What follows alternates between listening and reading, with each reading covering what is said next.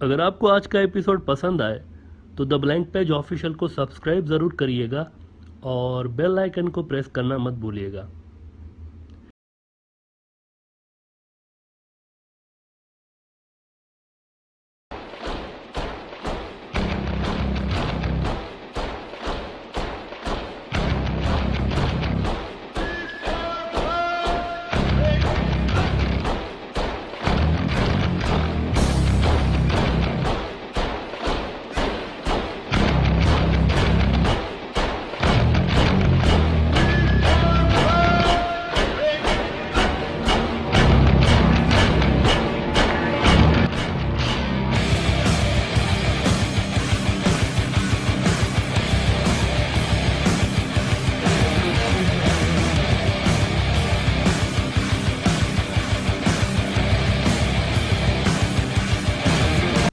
Chinese फ़ौज ने साल की शुरुआत गलवान वैली से एक वीडियो जारी करके की।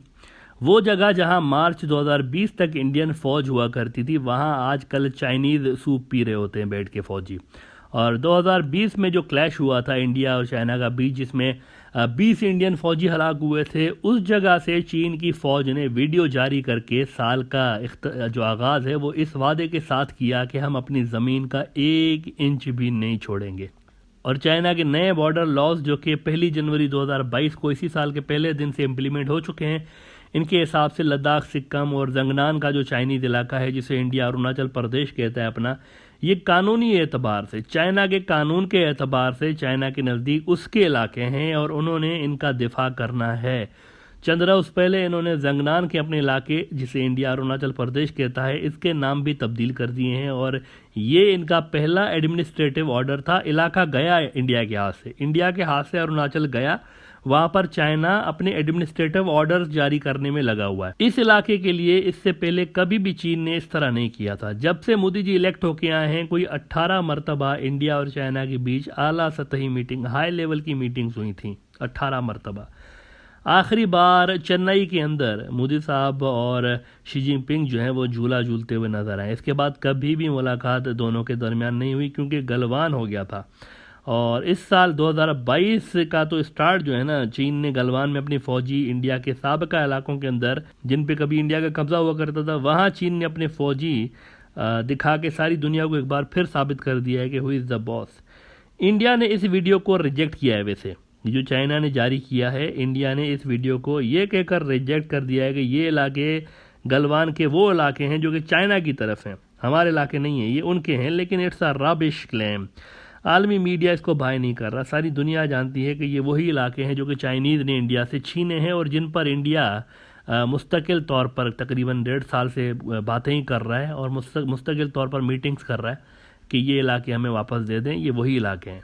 इसके अलावा पिछले चंद रोज़ में जो बड़ी डेवलपमेंट्स हुई हैं वो ये हुई हैं कि चाइना ने इन इलाकों में अपने रोबोट्स डिप्लॉय कर दिए हुए हैं। ब्रॉडर व्यू में हमने आपको एक बार ये बात बताई हुई है कि रोबोट्स डिप्लॉय कर दिए, लेकिन आज आपको हम डिटेल में बताते हैं कि इसका ये मकसद क्या है, इसकी सिग्निफिकेंस क्या है। और ये जो रोबोट्स हैं ना, ये मशीन गन कैरी करके बैठे हुए हैं, कोई छोटी मोटी बंदूक नहीं लेके बैठे, मशीन गन 1 सेकंड के अंदर हज़ारों गोलियां पिन पॉइंट एक्यूरेसी के साथ चला सकते हैं। इन मशीन गन वाले रोबोट्स को दूर बैठा चाइनीज़ फौजी ऑपरेट कर रहा होता है। Now what does that mean? इसकी सिग्निफिकेंस देखें क्या है। अगर आज क्लैश होता है ना दोबारा इंडिया और चाइना का, तो इंडिया अपने सैकड़ों फौजी जितने भी होंगे वहाँ पर वो गंवा सकता है इन रोबोट्स की वजह से। ये पिन पॉइंट एक्यूरेसी से वॉर कर रहे होते हैं, तो गंवा सकता है इंडिया। लेकिन चाइना का एक भी फौजी नहीं मरना। चाइना का एक ये इसकी सिग्निफिकेंस है, क्योंकि सामने मशीन है। हम कहते रहते हैं ब्रॉडर व्यू में कि ये जो आने वाली जंग है इंडिया चाइना की, it will be man versus machine. India की तरफ से वीर जवान नींबू मिर्ची की शक्ति वाले लड़ेंगे, लेकिन वहां से मशीनें होंगी सामने। इंडियन फौजी अगर इनमें गोलियां भी चलाएंगे ना इन रोबोट्स के ऊपर, तो ये तो मजबूत स्ट्रक्चर वाले रोबोट्स हैं, इन पर गोलियां भी असर नहीं करती, मसला ये है। लेकिन इस रोबोट के सामने जितने भी वीर जवान होंगे, ये उनको ढेर करने की सलाहियत रखते हैं। हट्टे कट्टे मुश्तंडे कितने भी होंगे, लेकिन रोबोट सामने कमबख्त रोबोट है।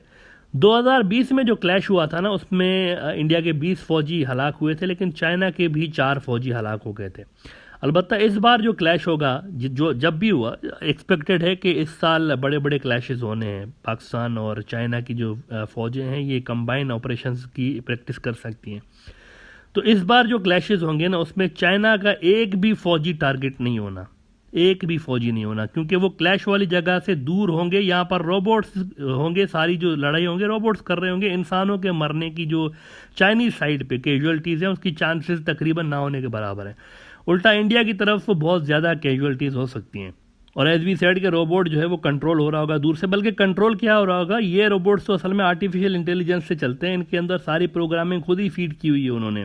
और इंसानी ऑपरेटर ना असल में सिर्फ इमरजेंसी कमांड देने के लिए वहाँ दूर बैठा हुआ है, अदरवाइज बाकी सारा काम ये रोबोट्स खुद ही कर रहे होंगे। जैसे आप कोई कॉमेडी मूवी नहीं देखते टीवी पे पॉपकॉर्न लेकर, ऐसे ही दूर कोई चीनी फौजी बैठा होगा कुर्सी पे टेक लगा के और पॉपकॉर्न लेकर मज़े से इंडियन वीर जवानों और चाइनीज़ रोबोट्स के बीच WWE देख रहा होगा, लड़ाई देख रहा होगा। ये जंग की वो डायनामिक्स हैं जो इंडियन सेना ने इससे पहले कभी देखी ही नहीं है, बल्कि दुनिया ने नहीं देखी होगी। इस तरह की जंग पहली बार इंडिया की हिस्ट्री में हो रही होगी और इंडिया का कोई चांस ही नहीं होगा, क्योंकि इंडिया ने गलत तरीके से पाकिस्तान वाली जो जैसे पाकिस्तान की कैपेबिलिटीज है उनको नज़र में रख के इंडिया हमेशा जो है ना प्रिपरेशन करता रहा है। इस तरह की जंग इंडिया ने कभी नहीं देखी। इसीलिए हम ब्रॉडर व्यू में शुरू से ही कहते रहते हैं कि इंडिया गलत एंगल से तैयारी कर रहा है। सिर्फ कश्मीर के अंदर वो काउंटर इंसर्जेंसी को जंग समझते रहे, इतने सालों तक कश्मीर के अंदर काउंटर इंसर्जेंसी को जंग समझते रहे। इंडिया कहता रहा है कि पाकिस्तान हमारे खिलाफ प्रॉक्सी वॉर लड़ रहा है कश्मीर में, और अगर ऐसा है भी बिलफर्ज, फॉर एग्जाम्पल वैसे नॉर्मली तो बेगुनाह वहाँ के जो लोग हैं उनको टारगेट किया जाता है। अभी कुछ दिन पहले एक बंदे की तस्वीर इंडियन मीडिया दिखाता रहा, पूरा इंडियन मीडिया, ये जो है एक आतंकी, हमने पाकिस्तानी आतंकी मारा है और ये जो है ना इधर घुस के आया था तो उसको ये कर दिया हमारी फौज ने। वो बंदा जो है ना वो पाकिस्तानी कश्मीर जिसको आज़ाद कश्मीर कहते हैं वहाँ पर जिंदा बैठा हुआ है, वो बंदा वहाँ जिंदा बैठा हुआ है और इंडियन फौज ने, इंडियन जो मीडिया है ना गोदी मीडिया, उसने उसको मुर्दा करके दहशतगर्द भी घोषित कर दिया, उसकी जेब से कोई शनाख्ती कार्ड भी बरामद कर लिया झूठा मूठा, और उसको मार भी दिया कि इसको हमने मारा है। वो बंदा पाकिस्तानी कश्मीर में जिंदा बैठा। इस तरह के ड्रामेबाजियाँ वैसे होती रहती हैं, लेकिन बिलफर्ज मान भी लेते हैं।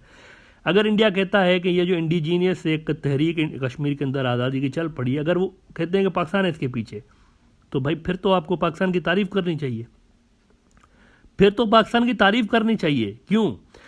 क्योंकि पाकिस्तान ने कुछ हज़ार बंदे डिप्लॉय करके, कुछ 100 बंदे डिप्लॉय करके इंडिया की आधी आर्मी को नचा रहा है पाकिस्तान कश्मीर के अंदर। तो फिर पाकिस्तान की ये तो बहुत बड़ी एक ज़बरदस्त किस्म की ISI की अचीवमेंट हम कह सकते हैं कि उसने 8 लाख की इंडियन फौज को एंगेज रखा हुआ है, कुछ हज़ार अपने लोग डिप्लॉय करके।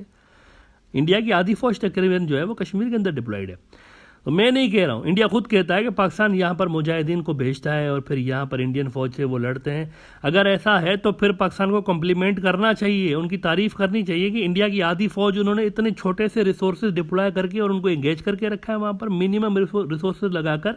अब तक वो इंडिया को अरबों खरबों रुपए का नुकसान इंडिया को दे चुके हैं पाकिस्तानी फौजी। यानी फैसला कुन जंग से पहले ही इंडियन फौज को ना सिर्फ उन्होंने यहाँ पर थका दिया है, बल्कि चाइना वाली साइड पर भी रेजिस्ट करने की सख्त ही इंडिया से छिनवा चुके हैं। फिर तो पाकिस्तान की तारीफ करनी चाहिए। इसका प्रूफ ये है कि गलवान के बाद मोदी जी ने ओपनली कहना शुरू कर दिया कि हमारा कोई भी इलाका जो है ना वो नहीं गया, कोई हमारे इलाके में नहीं घुसा। In other words, we do not want to fight with China. मित्रों, जब कुछ हुआ ही नहीं है, जब कोई ज़मीन हमारी गई नहीं हाथ से, तो लड़ें क्यों? Modi said this on record कि कोई नहीं आया, ये ऑन द रिकॉर्ड उन्होंने कहा हुआ। ये असल में लड़ाई से पहले ही डिक्लेरेशन ऑफ डिफीट थी 56 मिलीमीटर वाले दिल्ली वाले बाबा की जानिब से, कोई नहीं आया। अलबत्ता इंडियन फौज और बीजेपी की अप्रोच में एक फ़र्क साफ नज़र आता है। इंडियन फौज की अंदर से मोदी की पॉलिसीज़ के खिलाफ रेजिस्टेंस साफ नज़र आती है, और बल्कि बहुत से डिफेंस एनालिस्टों मित्रों इस शक का इजहार भी करते रहे हैं कि CDS रावत साहब, जो कि बीजेपी के ही नुमाइंदे थे इंडियन फौज के अंदर, वो इस अंदरूनी क्लैश का शिकार हुए हैं जो कि इंडियन फौज के अंदर है। बहुत सारे एनालिस्ट कहते रहे हैं कि वो अंदर जो एक कशमकश चल रही है कि फौज के अंदर एक प्रोफेशनल ऑफिसर्स हैं और एक सियासी तौर पर ऊपर आने के चक्कर में इनके बीच एक कशमकश है, और CDS रावत उसी का शिकार हुए हैं। बहुत सारे लोग तो ये भी कह रहे हैं। अलबत्ता चाइना की नज़र अपने टारगेट पे है और वो तेज़ी से बिना जानी नुकसान के लद्दाख, अरुणाचल प्रदेश और सिक्किम अपना जो इलाका है वो वापस लेने के लिए अपने ऑब्जेक्टिव की तरफ बढ़ रहे हैं। और कश्मीर जो है ना इन सारे इलाकों से जुड़ा हुआ एक फ्रंट है जो कि एक साथ एक्टिवेट हो जाएगा। जैसे ही वो फ्रंट एक्टिवेट होंगे तो ये भी एक्टिवेट हो जाएगा, और इसी सिलसिले में चीन और पाकिस्तान के बीच ज्वाइंट ऑपरेशंस भी होते हुए आपको नजर आएंगे 2022 में। इसी साल आपको ज्वाइंट ऑपरेशंस नजर आएंगे क्योंकि लेवल जो है ना वो इंटरऑपरेबिलिटी से बढ़ चुकी है। अब ज्वाइंट ऑपरेशंस की लेवल है वो आपको 2022 में होते हुए नजर आएंगे इंडिया के खिलाफ, खास तौर पर लद्दाख में, क्योंकि वो जो डिसाइसिव वॉर होगी ना, इसमें ये दोनों फोर्सेस मिलके कोऑपरेट कर रही होंगी एक दूसरे के साथ और ये मिलकर हमला कर सकते हैं। और लग यूँ रहा है कि लद्दाख, सिक्किम और अरुणाचल प्रदेश के साथ साथ कश्मीर के मुस्तकबिल का फैसला भी बहुत जल्द होने वाला है और इन्हीं इलाकों के साथ ही कश्मीर का फ्यूचर भी जुड़ा हुआ है। और लग यूँ रहा है कि चाइना वाली जो जंग होगी उसमें ये कश्मीर का जो इलाका है ये भी एक नया मुस्तकबिल देखेगा।